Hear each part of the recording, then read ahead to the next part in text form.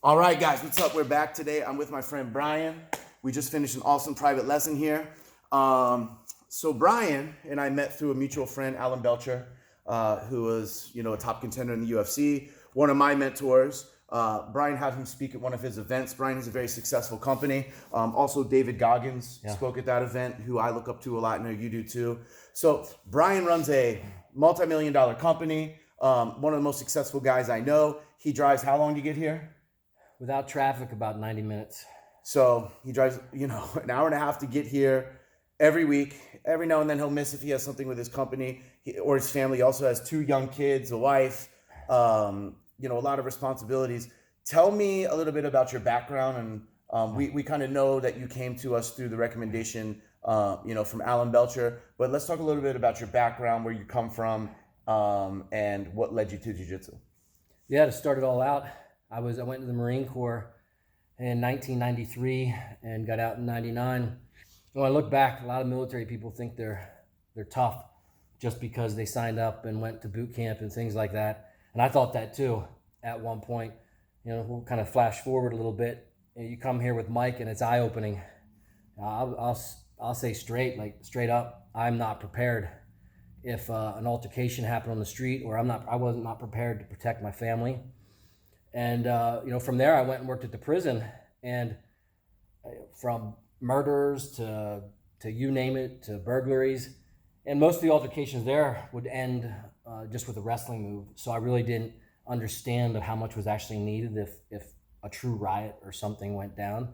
And I was single with no kids till I was 41, and once I had 2 babies, I realized if something happened, I cannot protect my family. And so going back to Alan, I learned to know, like, and trust Alan. And I said, who would you recommend in my local area? Now I'm 90 minutes away. There's other jiu-jitsu places near where I live. I don't know anything about them too much. I don't have anything to say. And I just really learned to trust Mike. I tell Mike, I said, Mike, I'm 46. I got to be able to carry both my babies, and I got to be able to run when I need to. So teach me, and yet protect me, and yet put me in uncomfortable positions that I can learn. And this is one of the most valuable things. And when I tell people, it correlates with business.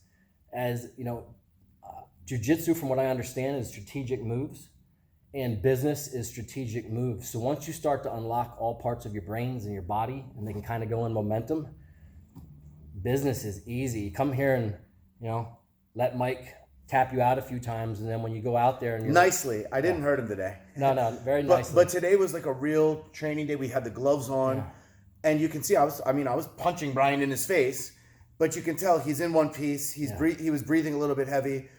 Sure, it was challenging, but I'm not here to hurt my students. We want you to keep coming back. Hopefully, you've seen that as the theme with the other interviews we've done. But please continue. Yeah. So in short of it, it's once you unlock that from the strategy in your business, you read books, you come and do things like this.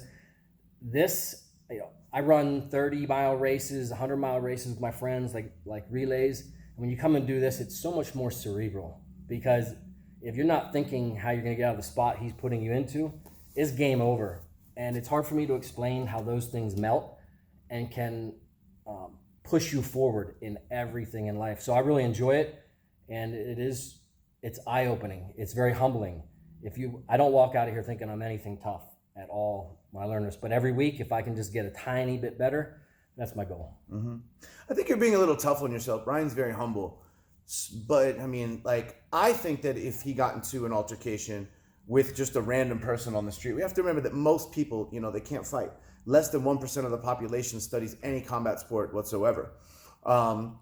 But today I gave him some looks of someone that maybe knows a little bit of boxing, a little bit of wrestling. And we all know somebody like that. So we have to be able to defend ourselves against someone that's just, some random person that's probably very low skill. But we also have to be able to defend ourselves against someone that's, a trained killer too. And once we get to that level, which is usually around the purple belt level, it takes time. I'm confident that my students can defend themselves against pretty much anybody. So Ryan, here's the thing. I hear excuses every day. Yeah. You're driving 90 minutes to get here. You're running a multi-million-dollar company. You have 2 small children, and I see you are an awesome father. You're spending time with your kids. Yeah. You're spending time with your family. You guys just went to some trip, didn't you? Some place I just saw. You're good. So what do you say out there to the people that say they don't have time? Because that's one of the biggest, I mean, if not the biggest excuse and objection that we get for people not committing to this. And, you know, you're coming down just an hour a week. Imagine if you could come and you lived closer and you lived 20, 30 minutes from here, 15 minutes from here, and you could come 2-3 days a week. What do you say to the crowd out there? What do you say to those guys? To those guys and myself, I look in the accountability mirror, and the times that I did miss, when I look back, I said to myself when I missed, I'm so tired. The baby woke me up 2 times in the night. And so that put me behind. I put my cardio behind. The next time I came in, I punished myself more because I had less cardio. I have 4 businesses, 2 kids. We travel all over the place. And whatever you tell yourself is going to be your reality at the end of the day. You can do it. If anybody says they have a balanced life and they're an entrepreneur in business, there is no such thing. No, that's zero. Yeah, there is no such thing. You just have to, one day I pour more into my family's cup. The next day I pour more into the business. And you always have to take care of yourself. So this is for me first, my family, to protect them. And then third, to propel the business. So you just have to prioritize and do what you want. Anytime I missed, it was pretty much 100% excuse that I just didn't want to get up and go. And then you pay for it the next time. Mm-hmm. Yeah. So there's no reason to not work out, not take care of yourself, not eat right. Every bad decision I make is one that I've chosen to do. And, you know, the compound effect of each time you skip class, well, then you're more likely to eat worse. You're more likely to sleep worse. You're more likely to drink less water. We've been talking about this and all these things. Each time that you come to class, you're stacking a brick of success. And I think, you know, I think people forget that is like, each day life is going to throw bricks at you. You can either let them knock your teeth out, or you can use them and you can stack your bricks towards your success and towards your goals, you know. Brian's one of the more dedicated people, especially because of the distance that he drives and the commitment to doing private lessons. And I do not make it easy on him. Like, there is no, I don't want to say there is no mercy, but there's, I can't make it easy because life is not easy. Yeah. Business is not easy. Real life fighting is not easy. And, you know, we teach a martial art that's very real. We don't like to lie to our students about where they're at with their skill set. He knows where he's at today. He knows where he's at. And, you know, I just want to wrap up with this. You know, some people say, well, a little bit of martial arts is better than nothing. I highly disagree with that, because if Brian was doing, say, Aikido or Americanized karate or something like that, Hapkido, these things are like so watered down.